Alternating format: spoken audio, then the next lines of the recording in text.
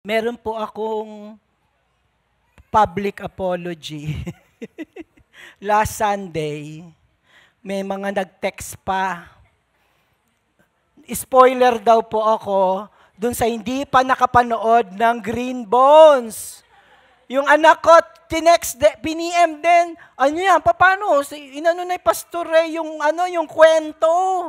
Sorry po, hindi ko na malaya na tumatawa na kayo. Sabi, spoiler ka, Pastor, hindi ko yun nagigets. So hindi ko naget, tuloy-tuloy pa ako hanggang pinaka-ending, sinabi ko. Pagdating ko sa bahay, sinabi niya, Pa, hindi mo ba nakikita yung tawa nila? Spoiler ka.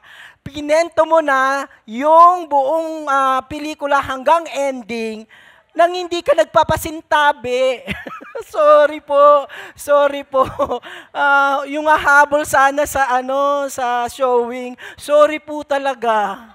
Pero I tell you, totoo yung sinabi ko. Totoo yung kwento ko. Unlike this guy. Yung jailhouse informant, yung testimony niya, yung kwento niya, nagpalagay sa wrong conviction sa ilang tao. Yung kwento niya ay hindi totoo. At least ako totoo. Yung nanood, di ba? Tama ako. Pero this guy, wrongful conviction because of his patotoo. In fact, 4 dun sa kwento niya, nag-testify siya na papunta sa death row. Ang sabi niya, yung mga kriminal, nakakulong din siya. Sinabi, kinonfess sa kanya daw nung mga prisoner na sila daw talaga ang gumawa ng krimen. Tapos pakinggan daw naman siya, yung iba, na inaamin din nila. So sinabi niya yun sa korte.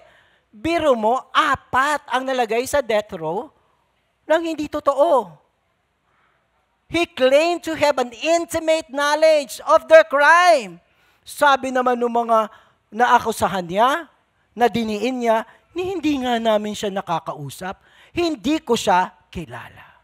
This is a false testimony that put people and jeopardize the life of many people. In December 22, this is another very famous testimony and kwento. Si Clarissa Ocampo, the bank executive, na nagsabi na nandoon siya mismo na ang pinipirmahan ng dati nating Pangulo ay Jose Velarde. And she is only 1 foot away. And because of her testimony, lumakas ang laban to the point nag-people power ang tao na dethrone ang ating Pangulo. In court, testimony is considered valuable as it provides direct evidence. Yung patotoo mo ay ebidensya from a witness under oath detailing that. Bakit ka may ebidensya? Personal knowledge. Ando dun ka, saksi ka, alam na alam mo yung kwento of events related to the case. The story of witness in deposition and during trial is one of the most important factors sa paghahatol. So ang kwento natin, ang patotoo natin ay napakahalaga. Sorry ulit sa Green Bones.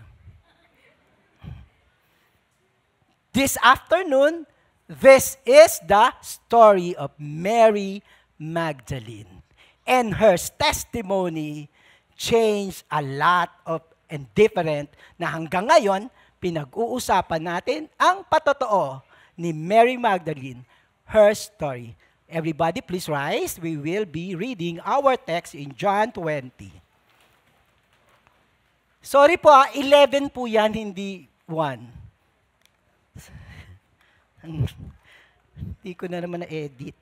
Okay, let's read. Page 529. Okay, are we in the page? 529, first column. Say amen kung nandun na po. Are we in the page? 1, 2, 3, say. Amen. Let's read. Go.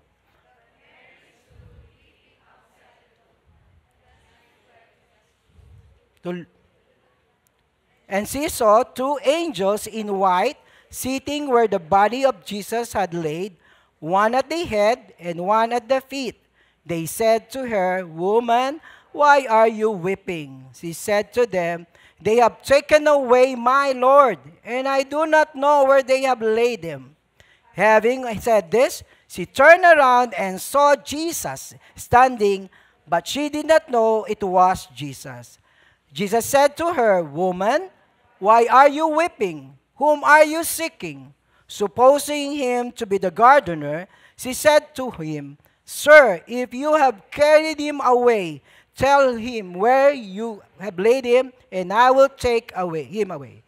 Jesus said to her, "Mary." She turned and said to him in Aramaic, "Rabboni," which means teacher. Jesus said to her, "Do not cling to me, for I have not yet ascended to the Father. But go to my brother and say to them, I am ascending to my Father and your Father, to my God and your God." Mary Magdalene went and announced to the disciples, "I have seen the Lord," and that he had said these things to her. Father, we thank you, Lord. The story of Mary Magdalene could be and is also our story. May her story make impact further in our life, in our story about you and the cross. This we pray in the mighty name of Jesus. Amen and amen. Okay po.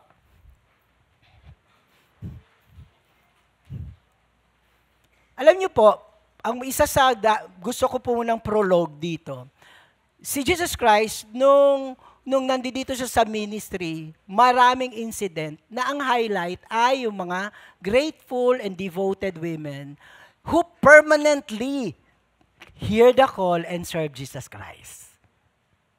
During his very tough life and ministry here on earth, yung services nila and devotion to Christ endured until the most crucial time at the very end when Jesus was crucified at the cross. At ang isang example niyan, which we are highlighting, ay si Mary Magdalene. So let's look back yung kanyang background in the next slide. Ang sabi ng Luke 8 verse 1, soon afterward, si Jesus Christ went out on through cities and villages, proclaiming and bringing the good news of the kingdom. Nagmi-ministry si Jesus Christ. Meron siyang kasama. Sinong kasama niya? And the 12 were with him, the 12 disciples. Hindi lang mga 12, and please read the red font, and also some women.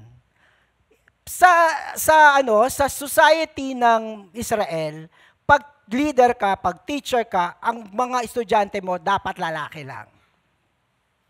So unusual ito na may follower at si Jesus Christ is going around the city ministering with the women. Nakakababa ng tingin because yung kultura ng Israel ay double standard, patriarchal. Women are often mistreated and undervalued. Pero mo yung pinakain ng tinapay, ang binilang lang lalaki. So ganun siya. But with Jesus Christ, hindi ganito. Nire-respect at wini-welcome ni Jesus Christ ang mga babae as His followers.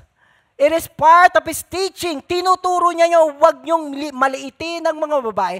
Tinatawag ko sila para maglingkod. And ito ang tinuro niya sa mga lalaking disciples niya. In fact, Jesus Christ repeatedly in His own initiative, huwag kang lalapit sa babae. Hindi po pwede yun. Mataas ang uri ng lalaki, tapos lalapit. Pero si Jesus Christ, siya mismo ang lumalapit sa babae repeatedly. Anong sabi dito?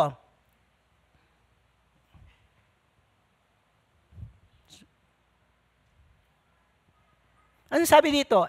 And also some women who had been healed or of evil spirit and infirmities. Tingnan mo si Jesus Christ, yung nangangailangan ng mga babae na may sakit Nilapitan niya. Anong sinasabi ng mundo? Anong sinasabi ng kultura? Nilapitan niya, nangangailangan yung mga babae. Imagine mo, inaalihan ng demonyo, may sakit. Si Jesus Christ, yung mga kasama niyang women, ay nag-minister siya. Nag-minister siya sa babaeng balo. Nag-minister siya sa babaeng Samaritana. Nag-minister siya sa babaeng prostitute. Look at who Jesus is. Namimili ba siya? Hindi. Siya mismo ang lumalapit, including Mary, called Magdalene, from whom, tingnan nyo naman, anong meron si Mary? Hindi lang isa. 7 demons. She is possessed by the 7 demons.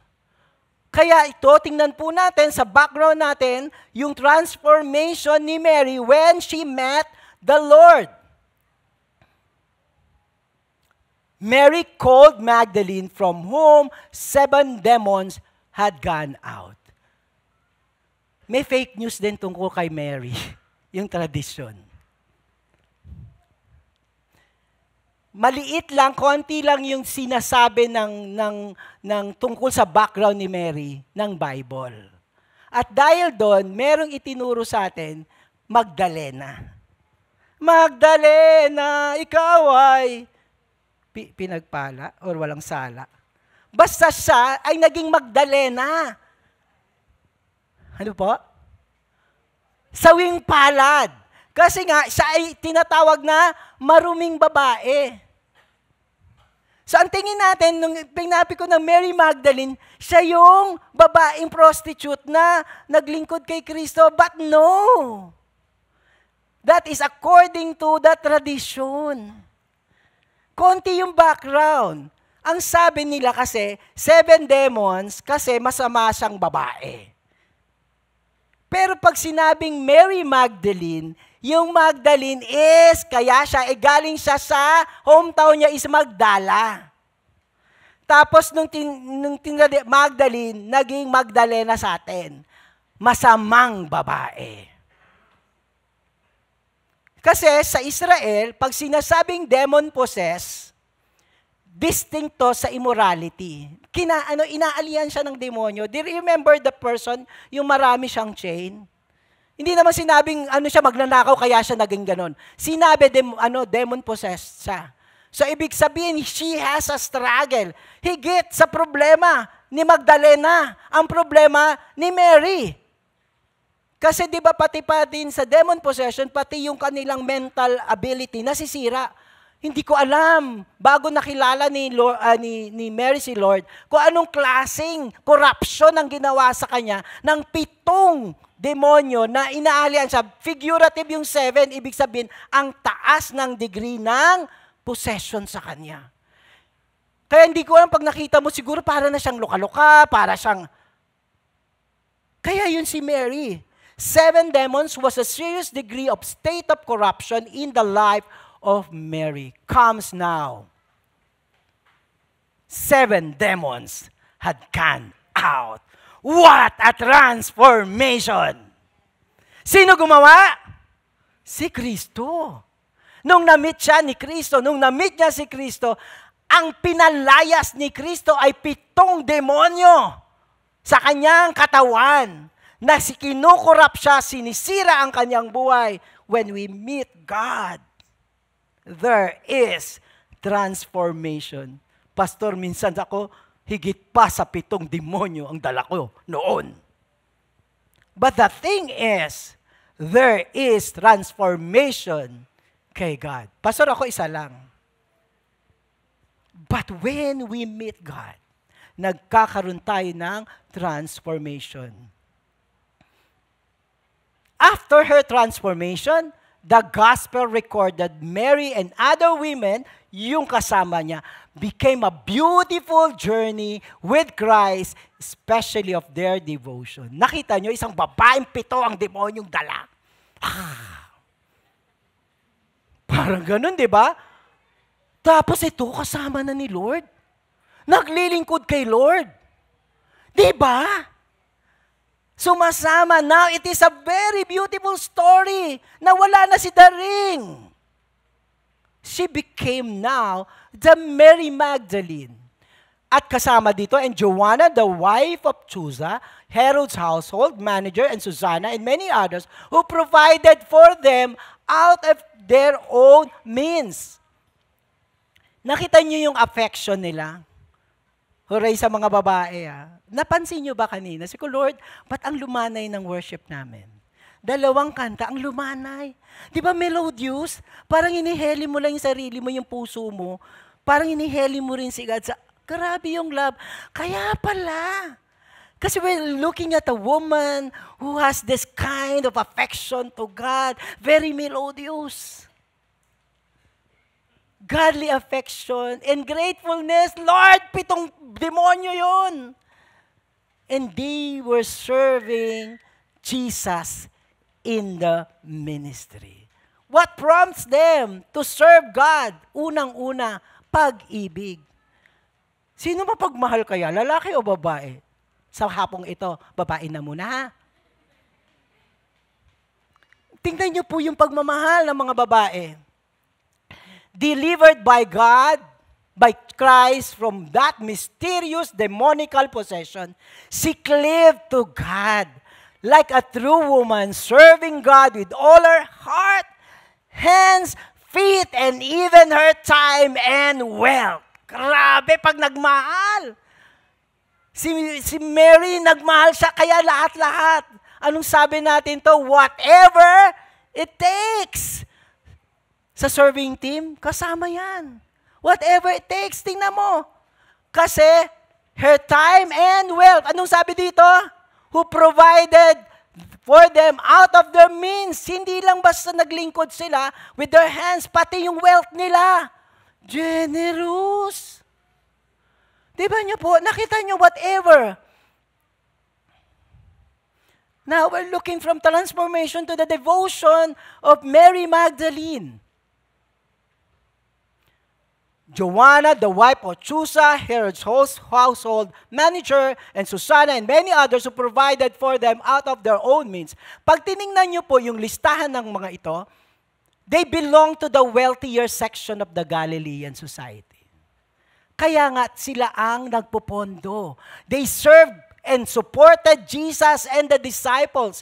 Their service and gifts helped Jesus and the disciples carry their 30 or more months of public ministry. Sino nagsuporta kay Jesus Christ? Imagine, Jesus Christ is being supported by women, by their wealth. Imagine Mary Magdalene and the girls, ladies, are washing the clothes, cooking. Ganito po yung kanyang ginawa. Alam niyo po, 30 or more months, nung binilang yung Galilean ministry kasi to ni Kristo, doon sila nagkita-kita eh. So hindi na nila iniwan si Kristo, sinamahan na nila. 30 or more months, that is how many years? 3? Math na naman. Kanina pa ako minamat ng L113. I would like to stress,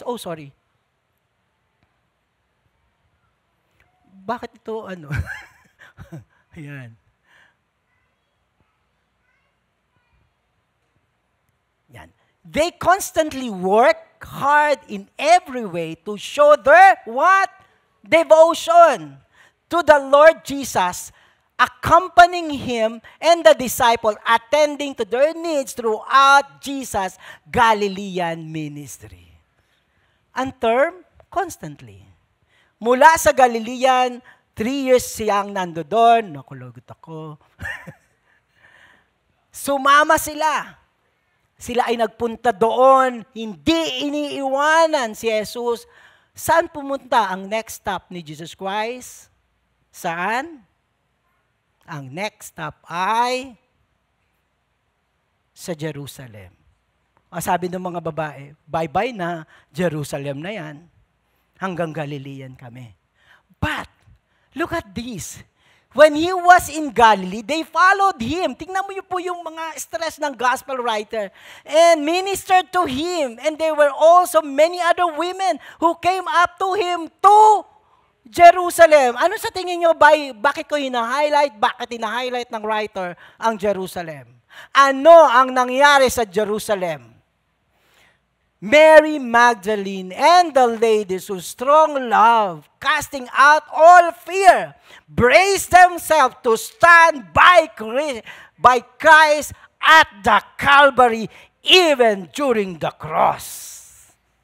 Walang iwanan kina Mary Magdalene. Hindi nila iniwanan. Alam nila na kapag pumunta sa Jerusalem, si Jesus Christ, dun siya arestuhin at papatayin. Ipapako siya sa krus. To the point kasi Peter, anong sabi niya, huwag mangyari ito sa'yo. Pero anong sabi nila Mary Magdalene, go, sama tayo. Look at the devotion, look at the love, na hindi lang bibig, kung hindi talagang whatever it takes. While the Jesus disciples were afraid of their lives. Lalaki for the meantime. Wala akong comparison. I just want to highlight devotion per se, babae or lalaki. Nasaan ang mga disciples nung panahon ng pag-arestos ni Kristo? Nasaan? May COVID. Kasi, in the evening of that day in John 20, the first day of the week, the doors being locked, where the disciples were for fear of Jew. Nung hinuli, boss namin yan, master namin yan, baka kami pati huliin. Meron COVID, lockdown tayo. Samantalang sila Mary Magdalene at mga kababaihan with a courageous devotion.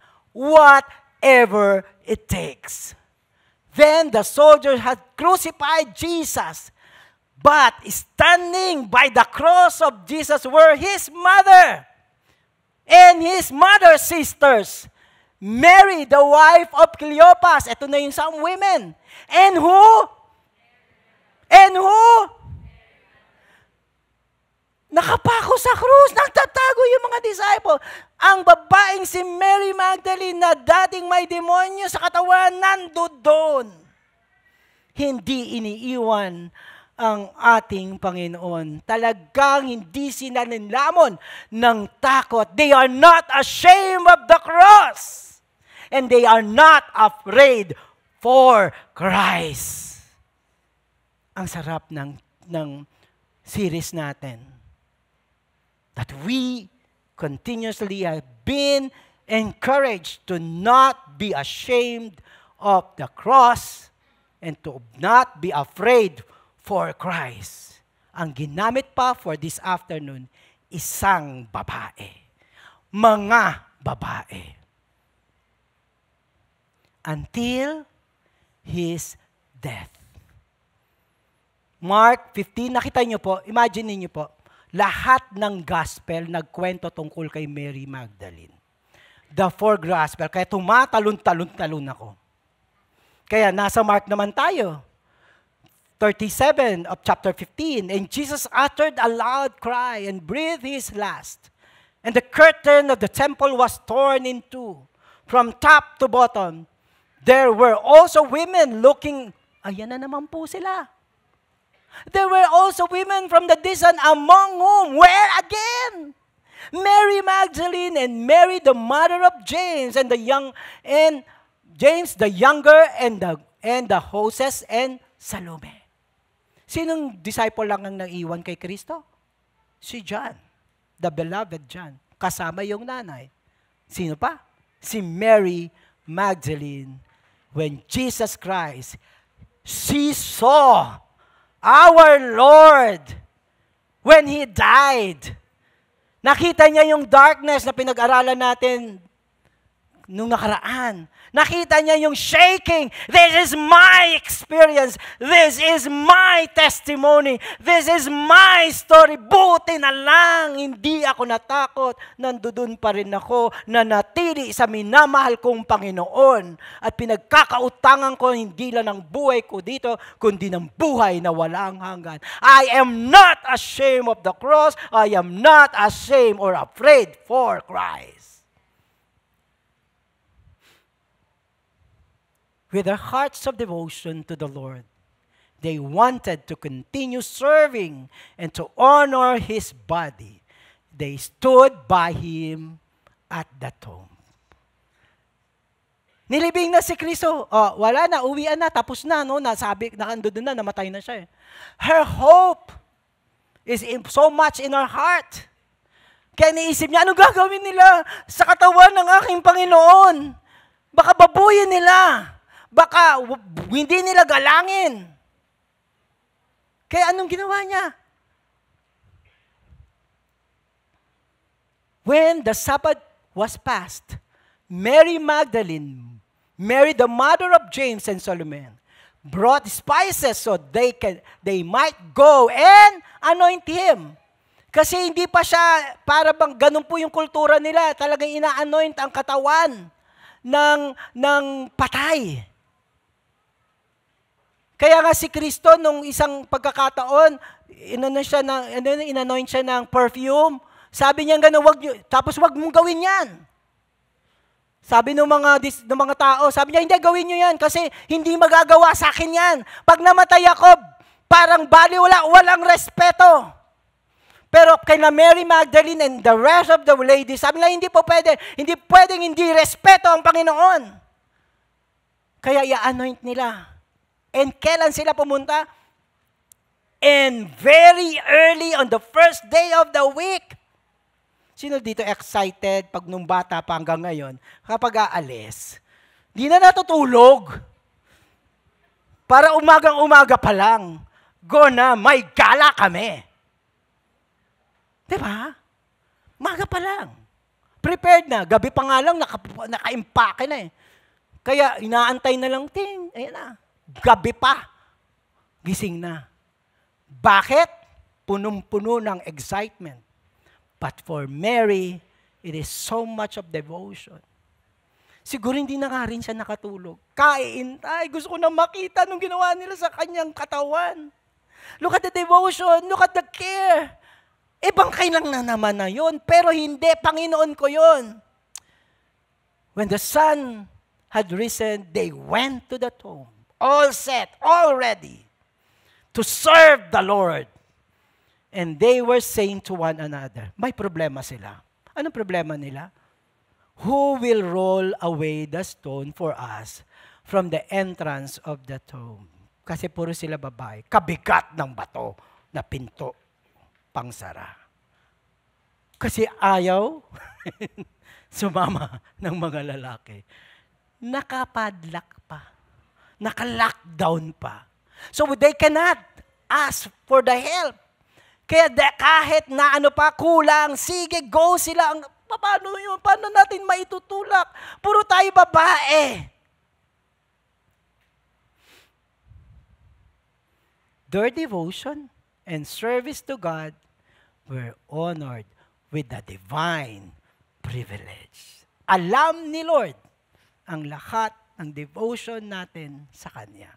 Alam ni Lord, even the tiniest thing that we do for or serve God. Hindi man alam ng pastor, hindi man alam ng katabi mo, hindi man ang alam ng buong mundo, alam ng Diyos ang anumang bagay na ipinaglilingkod natin sa ating Panginoon. Hindi ka man naka-highlight, alam ng Diyos. And with this, God gave Mary Magdalene the divine privilege. Now, on the first day of the week, Mary Magdalene came to the tomb early. Kita nyo, version ni Mark yun. Ngayon naman, version ni John. While it was still dark, dito nag-iisa siya. And saw that the stone had been taken away from the tomb. Di ba alalang-alala siya? Pagdating niya doon, nag-iisa siya, nagmamadali kahit gabi pa, madilim pa. Pagtingin niya, bukas na ang libingan. Natakot siya, nag-alala siya. Look again, I am highlighting how a devoted lady, how a devoted believer and follower will be hurt because of God and kung ano nangyayari sa Diyos niya. Natakot siya, baka kinuha ang bangkay ng aking Panginoon. Mary's love seems to have been the first to manifest. Dito, particularly kay John, sino lang ang pumunta? Dito siya lang. Di ba minsan may drama tayo? May problema ako. Salamat, ikaw ang unang dumating. But this case, Sino ang unang nag-manifest ng love niya? Si Mary Magdalene. So she ran. Nung nakita niyang wala. So she ran, bumalik siya to Simon Peter and the other disciple to whom Jesus loved, si John yun, and said to them, they have taken the Lord out of the tomb and we do not know where they have laid Him. Nagsumbong siya. Ngayon, kailangan niya ng tulong. Hindi siya papayag na mawawala ang bangkay o ang katawan ng ating Panginoon. Sabi niya, anong gagawin natin? Tumakbo naman sila. Alis ko na dun sa text. Tumakbo naman sila, talagang wala silang nakita. But now, to be the first, the divine privilege is Mary Magdalene is the first to see the risen Savior. Wow. Di ba? Hanggang ngayon, nakakintal sa atin. Na itukwento sa atin. And now we are highlighting our devotion and the divine privilege that she had experienced to first see the risen and resurrected Christ. But Mary stood weeping outside the tomb. Wala na. Wala yung aking Panginoon. And she wept. She stooped to look into the tomb. Ulit-ulit. And then she saw two angels in white sitting where the body of Jesus had laid. One at the head and one at the feet. They said to her, Woman, why are you weeping? She said to them, they have taken my Lord away, and I do not know where they have laid Him. It is her issue. It is her concern. It is her burden. It is her life concern. Having said this, she turned around and saw Jesus standing, but she did not know that it was Jesus. Kasi patay na nga eh. So meron siya nakitang tao doon na lalaki. Hindi niya i-imagine na si Jesus Christ yun. Kasi patay na nga eh. Ang hinahanap niya, yung naka-mummified. Mummified. But, the next moment is, Jesus said to her, Mary, hindi ganito, ang garat ng boses ng Panginoon. Mary, tinawag. All along, her concern, her love, her heart, everything in her is upon Jesus. And then, nakita niya, tinawag siya, Mary, di ba pwede nang mamatay? Hihimatayin ka, tinawag ka ng Panginoon. Tinatawag tayo ng Panginoon for all the time that we need Him. That at times, hindi natin alam na siya pala yung nagpaparamdam sa atin in a many ways. But He said, Mary. Jesus now calls her by her name. Hindi babae. Hindi, yung woman sa kanila, hindi bastos yun. Hindi, sino ka ba? Ano ba yan? Sino ka? No! She called her by her name and, ano pa sinabi? Di ba? Okay na. Solved na ako, tinawag mo ako. Pangalan ko yung tinawag mo, nothing more. For her devotion, the Lord's first greeting was her name. Ang sarap tawagin ng Panginoon. Hello, called to serve. Ang sarap tawagin ng Panginoon. Ang sarap lalo na tumugon sa tawag ng Diyos. His very personal and intimate knowledge and relationship with Mary, okay na yung pangalan lang. Mary. Dito kitang-kita natin, kilala ng Diyos. Si Mary. He knew her whole past. He knew that her devotion to Him began when the demons were casted out from her. Now, when He rose early in the first day of the week, He appeared first to Mary Magdalene. Tingnan nyo, inulit pa ni Mark para sabihin, saan ba nang galing ang devotion ni Mary? Bakit hindi niya iniwanan ng Diyos sa panahon na crucial, sa panahon ng kanyang kamatayan, sa pag-aalala, from whom He cast out seven demons. It is a part of it is the gratefulness. Are we not grateful to God? The cross says it all. That our journey is going to the eternal destruction. But God died on the cross so that we will have life now and life more abundantly. Pag uwi nyo, mag-usap kayo sa pamilya nyo, ang bait-bait ng Diyos. Ang dami niyang pinagpala sa atin. Anong sagot?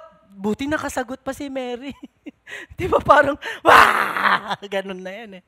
Ako pala yun, di ba siya? She turned and said to him in Aramaic, Rabboni, which means teacher. Hanap talaga ako sa Chosen yan. Kaso wala akong makitang Jesus na mas gusto ko. Ayoko masyado yung mukha ni Jesus sa The Chosen. Mary, tapos ito, di ba, Rabboni. Di ba? Mary, Master. Di ba ganun minsan, di ba? Pag close na close mo, ha? Di ba? Ganun lang. Sinabi, me, ganun. Di ba? This is intimacy. No more. No less. Pangalan lang. Minsan nga, kindat lang eh. By the voice and by His voice, calling her name, she instantly recognized. Ito ang Diyos ko. Mabilis kong makikilala. Minsan nga hindi, nakatakip pa yan, nakahood pa yan. Asawa ko yan. Anak ko yan. Nakatalikod. Dami pare-pareho yung haba ng buhok. Alam ko kung sino. Because of intimacy, because of devotion, her Lord, she recognized Jesus. Surprised, relieved, overjoyed. Everything overwhelming. She saw God. She believed at once. She knew Him very well. She could had not said more, hindi na, but only to call Him Lord in all humility and reverence. Master. The first appearance of the risen Lord is granted to her.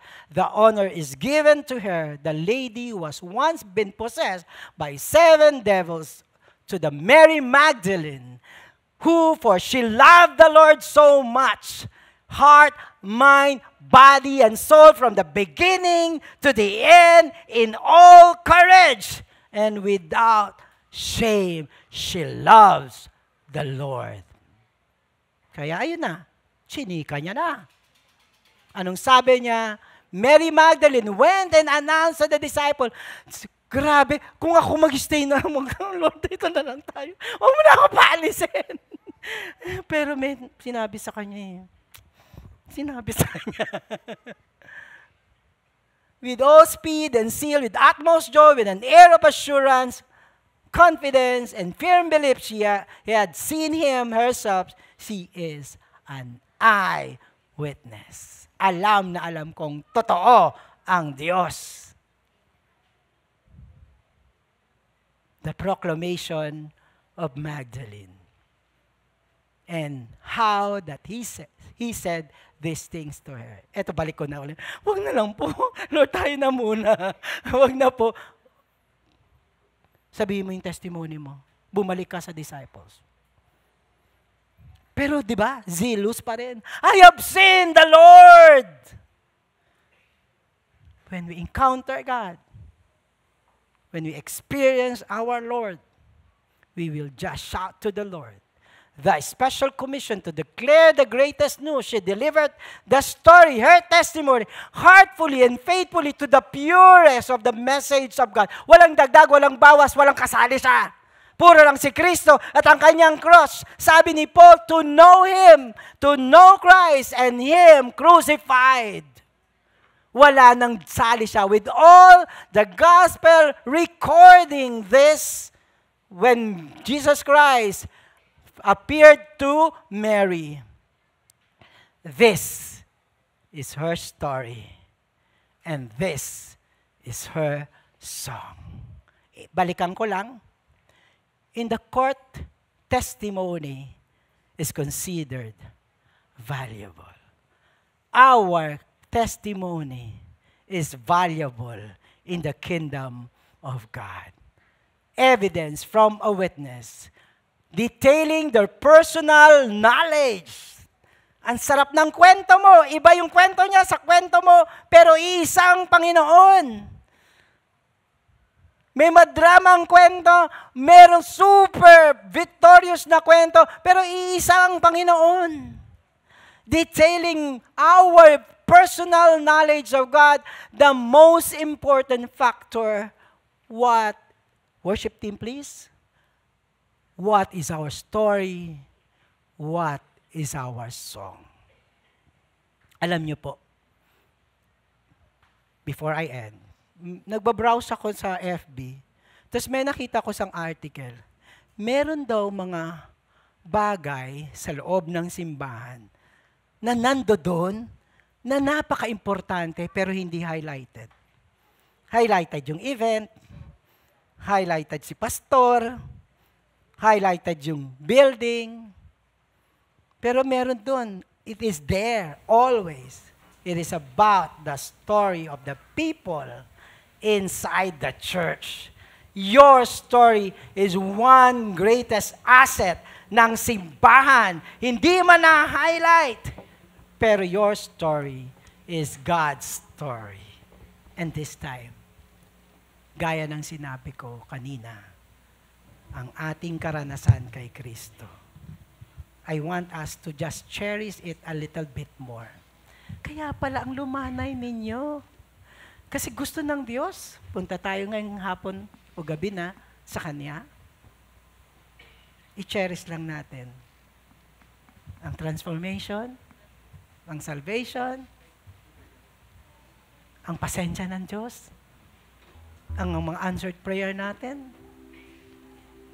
Let's just cherish our encounter of God in our salvation. I asked them to sing the second song, Assurance. Kasi sabi ko, kwentuhan natin yung sarili natin. Yung kwento natin, binabato natin kay God. Kung anong meron tayo with God. Kung anong experience natin. Shall we all stand up?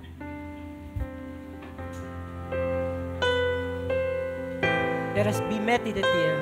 Let's go back to the cross. Let's go back to Christ. Anong pinaka-instant na nandoon na napaka-bait, kapangyarihan, mapagmahal ang ating Panginoon. At kantahan natin siya ng ating patotoo.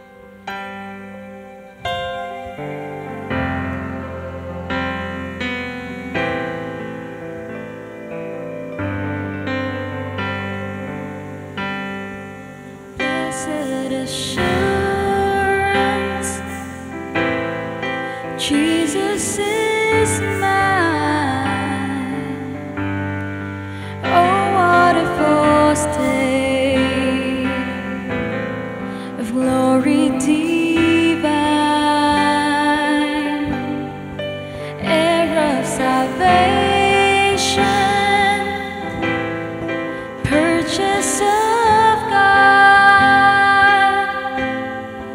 born of the Spirit, washed in His blood. This is our assurance.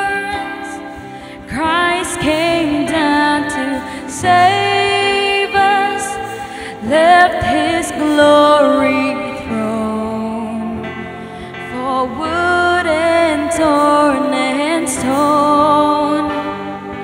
This is our assurance.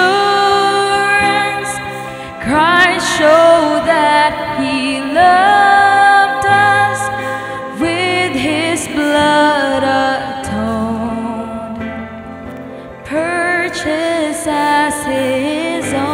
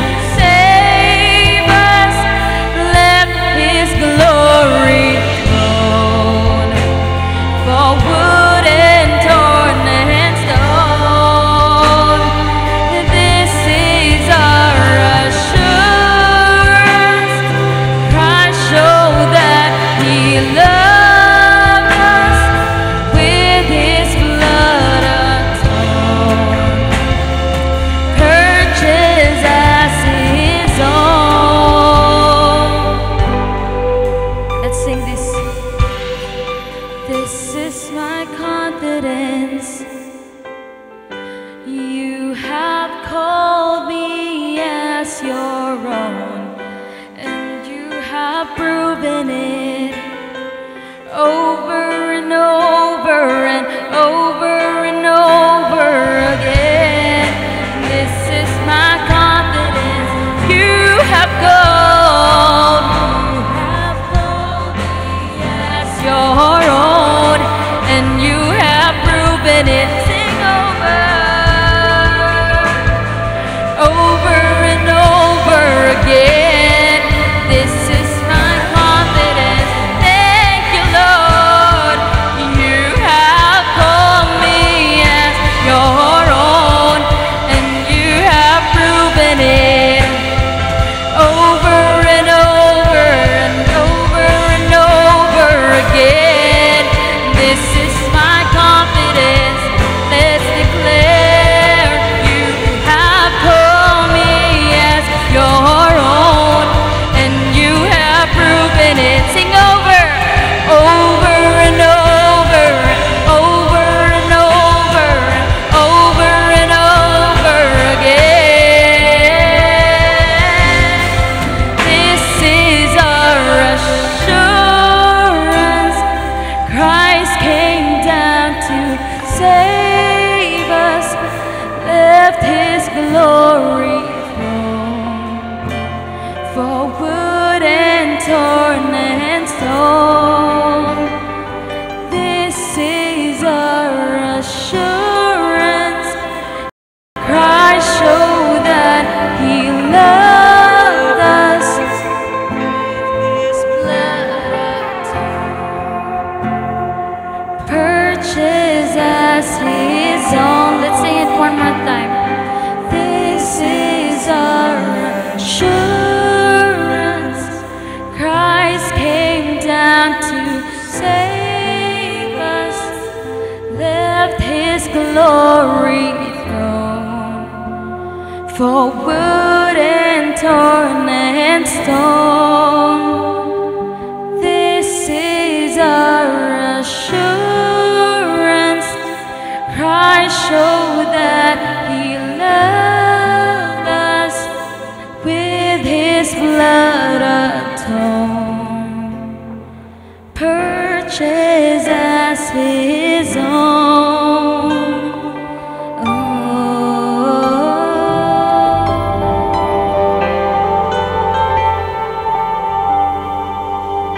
Habang nakayakap tayo sa paanan ng krus, habang nakayakap tayo sa Panginoon, cleaving like Mary Magdalene, cleaving to God. Alam nyo? Si Kristo ang yumayakap sa atin, calling us by your name. Sige, sumbong lang, iyak lang, hiling lang, express your love to the Lord. Thank you, God. Thank you, God. Thank you.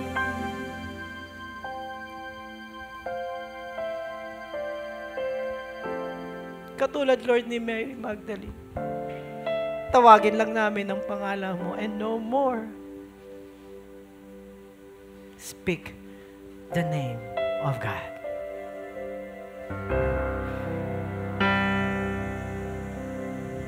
Allow the Lord to just embrace you, to pour his love continuously, that we really feel it. And let the Holy Spirit, the Spirit of God, just heal you, strengthen you, assure you further in your life. The Lord love us all. Panginoon, ayaw namin umalis, but your embrace will always be and forever in us. Once again, God, marami pong salamat.